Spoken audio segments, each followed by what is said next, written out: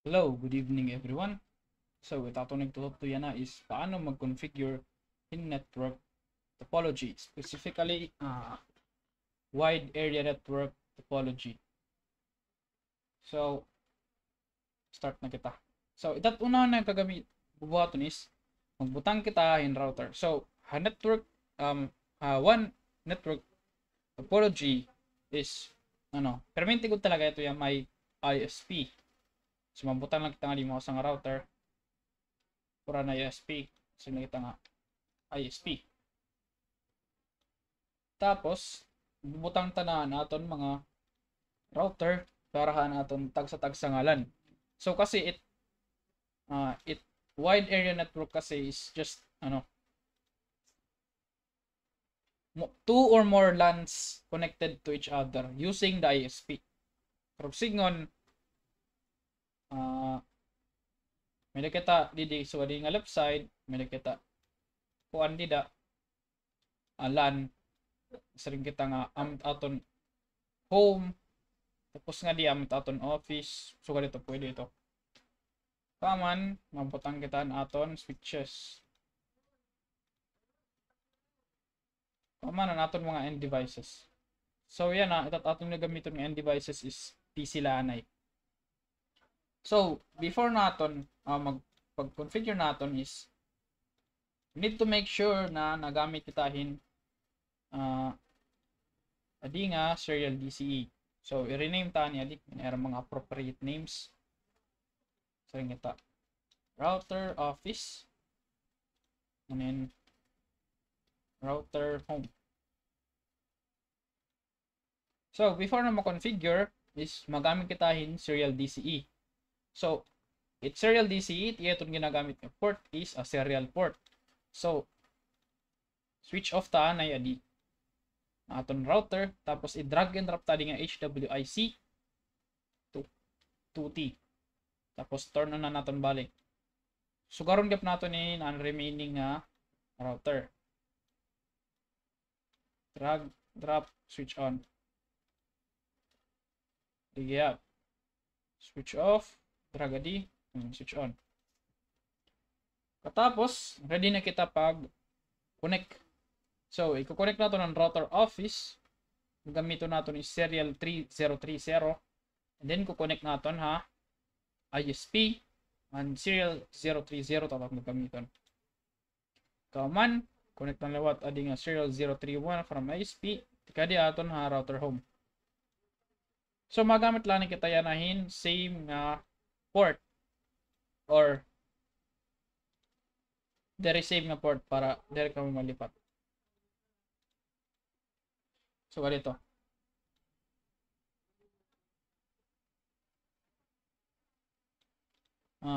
Okay. Connect talawat naton kuan router tika to switch taman switch tika to PC. Anyway, pwede man kamo gamitin bisan ano nga di nga port as long as connected hiya. So kada di from router home connect ko ya gigabit ethernet 01 tapos nga diha switch i-connect ko na tiya gigabit ethernet 01 tapos nga diha switch fast ethernet 1 tikad to PC3 fast ethernet 0. So start na kita pubutangan naton hin IP address sa naton ISP router office nganin router home. So kung pipira it naka-connect ng cable aton router amo gapit aton kadamuhit aton IP address nga ibubutang. Specifically, bubutangan naton ang mga ports na naka-connect nga diha aton router in IP address. Example ini nga LAN di left side which is adi usay to ya kalan dili wat usa kalan separate ito niya tangan talan IP address so lang kita nga di nga it connection from router office tika to ISP so lang kita nga pwede kita gamitin 10.10.10.0 ito nga network nga diliwat from ISP tika to router home 20.20.20.0. So, it's time to butangan nato in IP address sa atong mga router. So, i-check taanay kung ano nga mga ano nga mga port ang nakakonect ha aton ISP. Or ano nga cable kung diin nakakonect. Ito ang cable kung diin nakakonect ka port. So, for example, ading nga router home from 030 ha router home, connect niya ha ISP serial port S031. So, ito yung port serial port 031. Bubutangan tahiyahin IP address. So, i-turn on tayo ini port. Tapos, pag input na kita yung IP address. So, itatong gagamitin na IP address is 20.20.20.1. Dire kita magamit hin.0. Kay ito yung .0. Pag indicate lang ito niya nga, magamit kita ini nga inin nga network.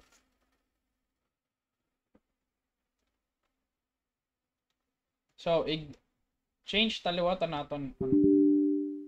Hello? Okay, nag-invalid ang con. Ito 20.20.20.1 study 255.255.0. So, amot gagamiton nga subnet mask. Preferably kapilaan niyo tak mga i-input niya di. Okay, so done na kita hini nga right side nga area. Nga dilot kita left side nga area. As you can see naka-connect ang aton left side nga area ha serial port 030. So, makadi kita serial port 030 or makadi kita CLI para ma-practice ka mong paggamitin CLI. Ang command is interface serial port or S030.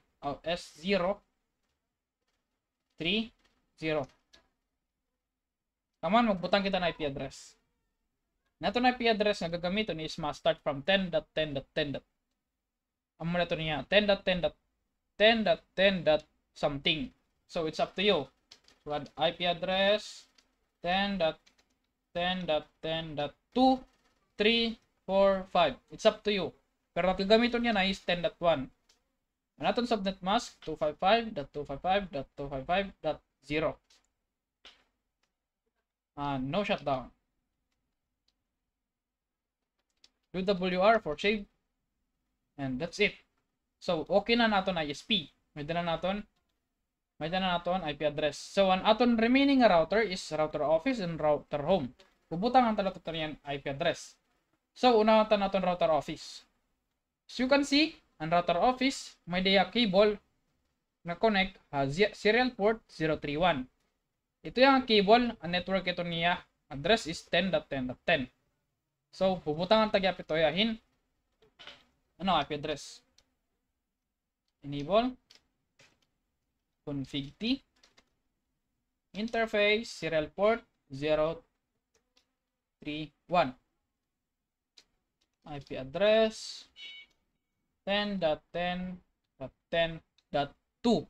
Kaya .2? Ang .1 kasi is ginagamit na naton. Ang .1, ang 10.10.1 10.10.10.1 is naka-assign ha aton ISP serial port 030. So, ang aton subnet mask is 255.255.255.0.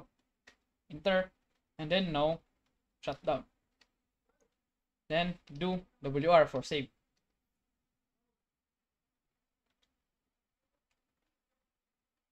Oh wait, anaton.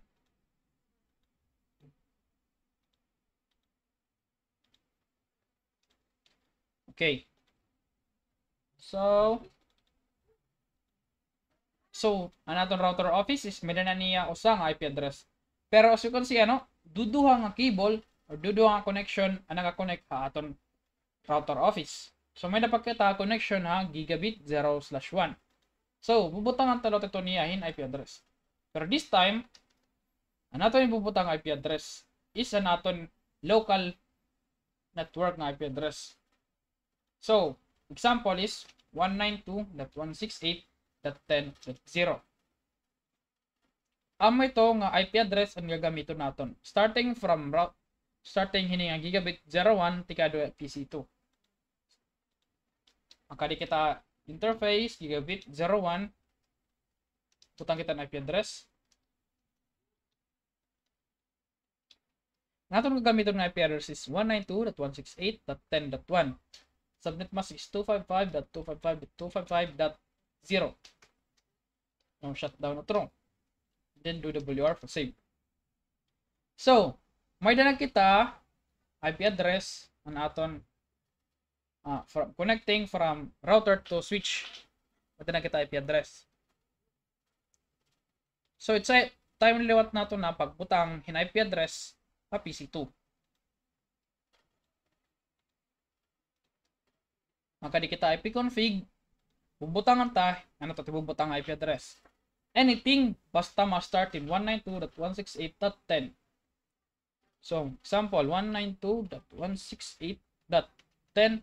It's either 2, 3, 4, 5 or anything from 254. Pero pag gamito niya na is 10.2. Ang default gateway liwat amo an aton gin-assign ha aton router. So, ano gin-assign ha aton router nga network? Check ta outro. Amo adi nga gigabit Ethernet 01 nga IP address, which is 192.168.10.1. Amo na tatibubutang ada 192.168.10.1. Okay, amo na to niya. So, mag-assign liwat kita hin IP address sa aton right side area. So, nakakonect na aton serial port ha aton serial port 030. Enable config T. Tapos interface serial port 030. Butang kita na IP address. IP address 20.20.20.2. Kasi is amo na iya connection or amo na an iya naka-assign nga IP network adi nga 20.20.20.0. 20.20.20 0 to 254.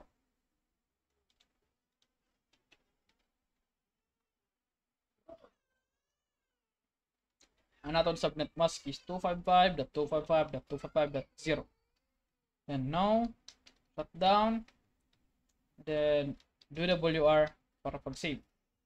So, okay, magdana kita connection from ISP to router home.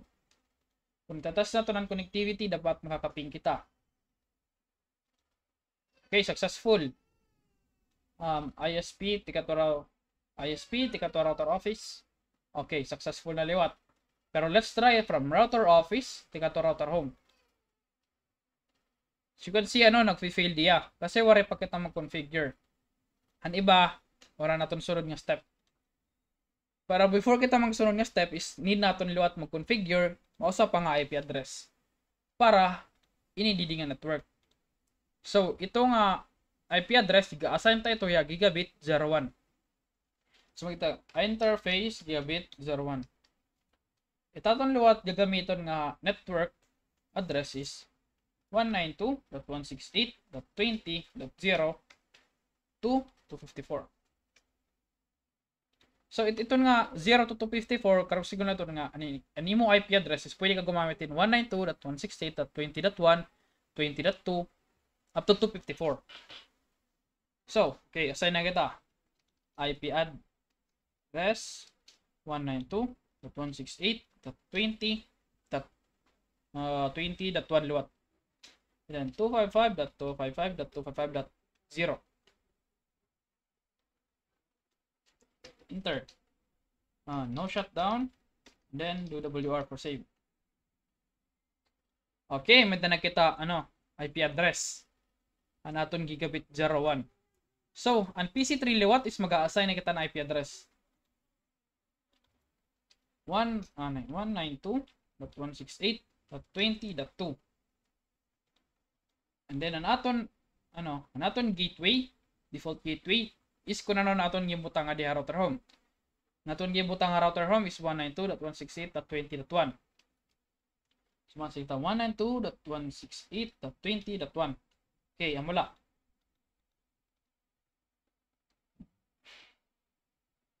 So naka-configure na kita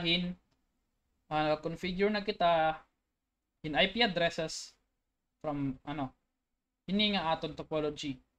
Pero kung nagpiping nato ng PC2 to PC3, makita ka mo nga unsuccessful pa iya. Kasi wala pa kita mag-configure na aton OSPF. So OSPF stands for Open Shortest Path. Open Shortest Path First.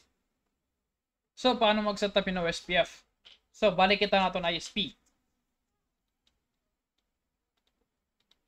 So, kada router naton nga naka-connect is mag-configure kita in OSPF.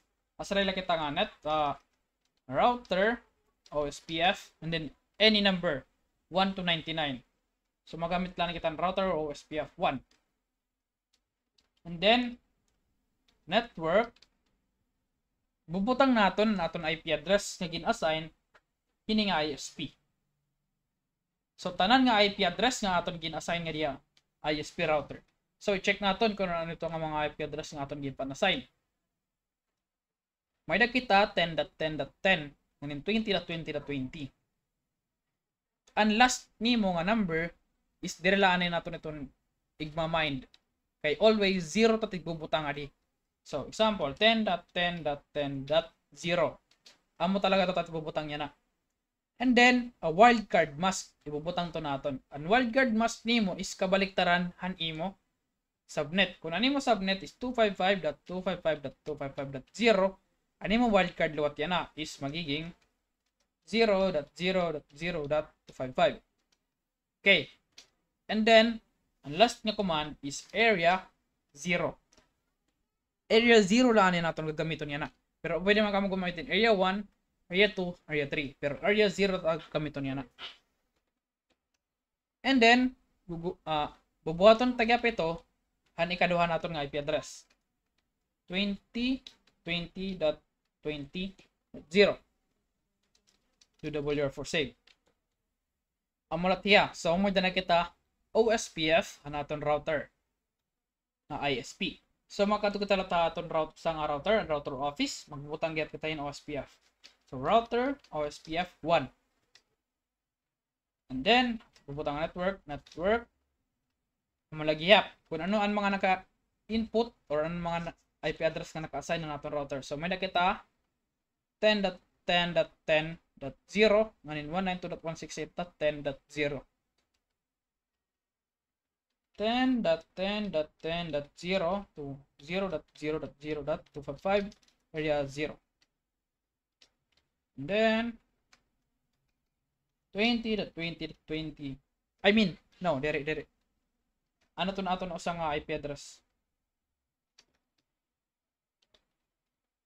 Naton usa nga IP address is 192.168.10.0. 192.168.10.0. So enter. UWR for save. And then makatulot kita naton router office, i-configure tagyap ang OSPF. Router OSPF 1. So, network naton gawan ng IP address 20.20.20.0 and then 192.168.20.0 20.20.20.0 and then wildcard is 0.0.0.255 then area 0 then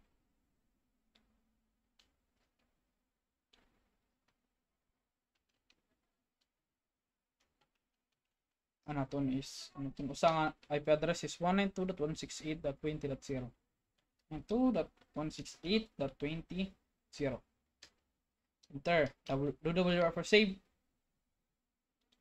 So yan na, let's try anaton connectivity from router office tiga to router home. Let's try pag ping